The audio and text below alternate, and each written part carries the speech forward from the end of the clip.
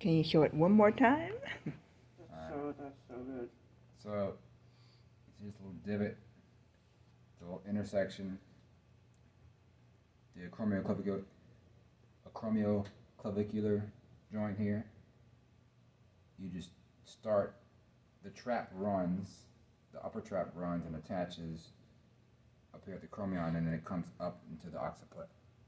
So I'm running that superficial line, the superior line, just doing cross fiber across the top of the pyramid, if you will.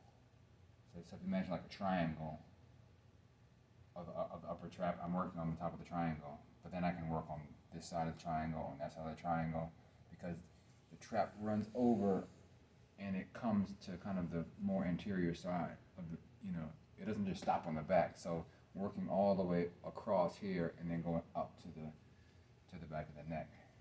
So I can start in the middle, and then I can come down to the front a little bit and work up.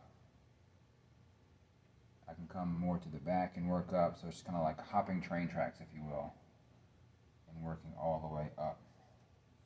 Then you can kind of come in and do a little squeeze, pinching, pincement.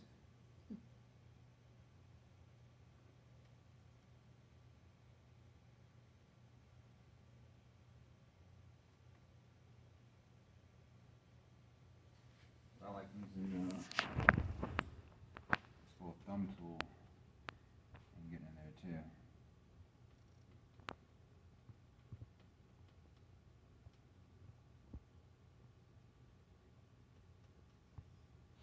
Really, we got to train our hands to use the top of the finger pad.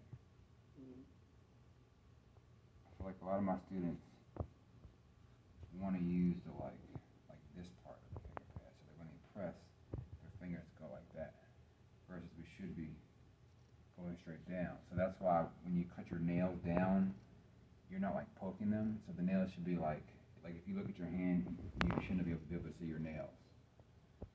But if like people have like really thick nails and they just don't cut them down, that's when they start going like this, because they don't want to scratch anybody. But it just takes practice, because like we don't normally cut them down that short. So it's just, this works a lot better than this, because that's going to put pressure onto that joint there.